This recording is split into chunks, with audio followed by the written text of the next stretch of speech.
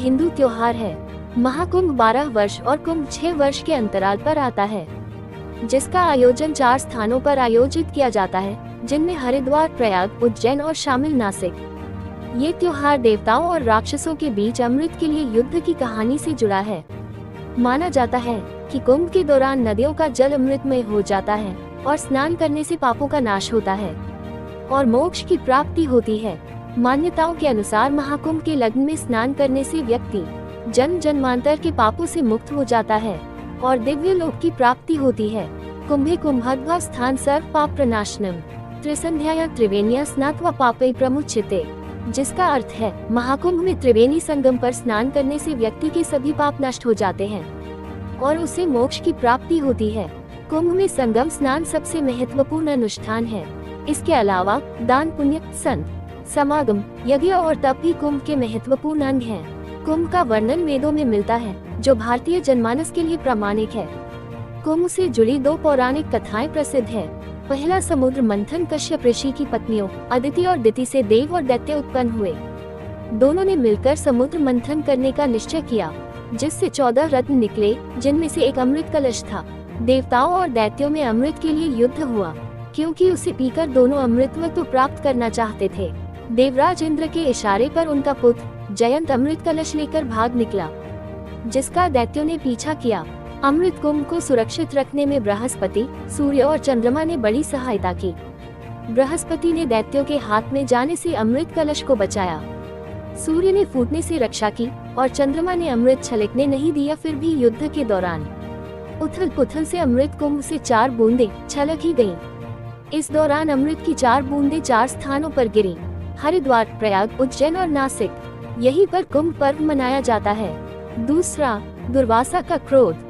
महर्षि दुर्वासा ने प्रसन्न होकर इंद्र को एक दिव्य माला दी, लेकिन इंद्र ने उसे ऐरावत के मस्तक पर रख दिया, जिससे ऐरावत ने उसे पैरों तले रौंद डाला। इससे क्रोधित होकर दुर्वासा ने इंद्र को श्राप दे दिया। दुर्वासा ऋषि के शाप के कारण संसार में हाहाकार मच गया। देवताओं और दैत्यों ने मिलकर समुद्र मंथन किया, जिससे अमृत निकला, जो नागलोक में था। गरुड़ उसे लाने गए और वापस आते समय उसे 4 स्थानों पर रखा: हरिद्वार, प्रयाग, उज्जैन और नासिक। ये स्थान कुंभ स्थल के रूप में प्रसिद्ध हुए। भारतीय शास्त्रों में प्रयागराज को सभी तीर्थों का राजा कहा गया है। पौराणिक कथाओं के अनुसार एक समय ऋषियों के पूछने पर शेषनाग जी ने बताया कि किसी समय सभी तीर्थों की विशेषता की तुलना की गई। तब समस्त तीर्थ को एक पलड़े पर रखा गया तथा दूसरे पलड़े पर मात्र प्रयागराज को, तो प्रयागराज का पलड़ा ही भारी रहा। उसके पश्चात सब पुरियों को तुला पर रखा गया, फिर भी प्रयागराज का पलड़ा ही भारी रहा, जिसके बाद प्रयागराज को ही तीर्थराज के रूप में सर्वोच्च प्रामाणिकता प्राप्त हुई। मत्स्य पुराण के अनुसार यहाँ पर स्नान से दिव्य लोक की प्राप्ति होती है और पुनर्जन्म से मुक्ति मिलती है।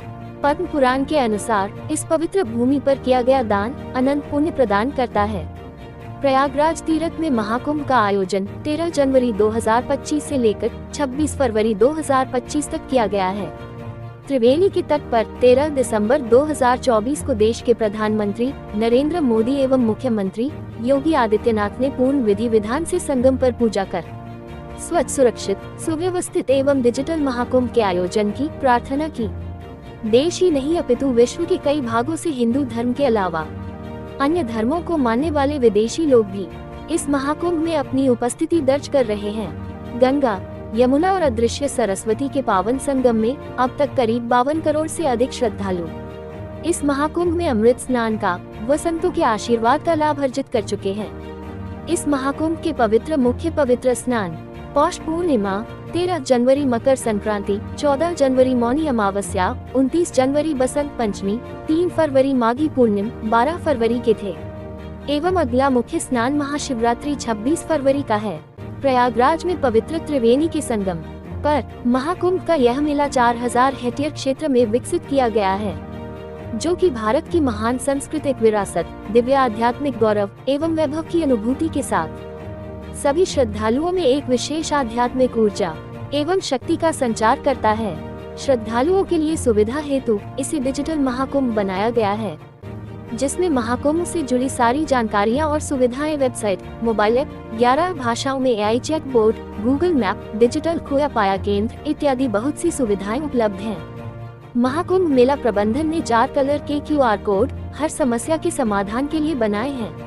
लाल रंग का QR कोड आकस्मिक सुविधाओं के लिए, हरे रंग का QR कोड मेला प्रशासन की सुविधाओं के लिए, नीले रंग का QR कोड आवास एवं आहार से जुड़ी सुविधाओं के लिए तथा ऑरेंज कलर का QR कोड यूपी की उपलब्धियों के लिए बनाया गया है। अत्यंत आधुनिक तकनीक का इस्तेमाल करते हुए इंटीग्रेटेड कंट्रोल कमांड सेंटर स्थापित किया गया है ताकि श्रद्धालुगण भव्य एवं दिव्य महाकुंभ में अपनी तीर्थ यात्रा सुविधा पूर्वक संपन्न कर सकें। महाकुंभ के साथ साथ यहाँ पर देश के विभिन्न प्रांतों की कला एवं संस्कृति प्रस्तुति द्वारा भारत की कला एवं संस्कृति का सांस्कृतिक समागम भी हो रहा है। देश की अनेकता में एकता का उदाहरण यहाँ पर स्पष्ट दिखाई देता है। अमृत स्नान एवं धार्मिक आस्था के साथ साथ महाकुंभ ने सरकार एवं आम आदमी को व्यवसाय के भी अवसर प्रदान किए हैं। उच्च व्यवसायों के अलावा ग्रामीण क्षेत्र के छोटे छोटे व्यवसाय एवं सड़क पटरी पर बैठने वाले छोटे कामगारों एवं व्यवसायियों को व्यवसाय के बहुत ही बड़े अवसर इस मेले में प्राप्त हुए हैं। जन जन की आवाज से अमरचंद की विशेष रिपोर्ट।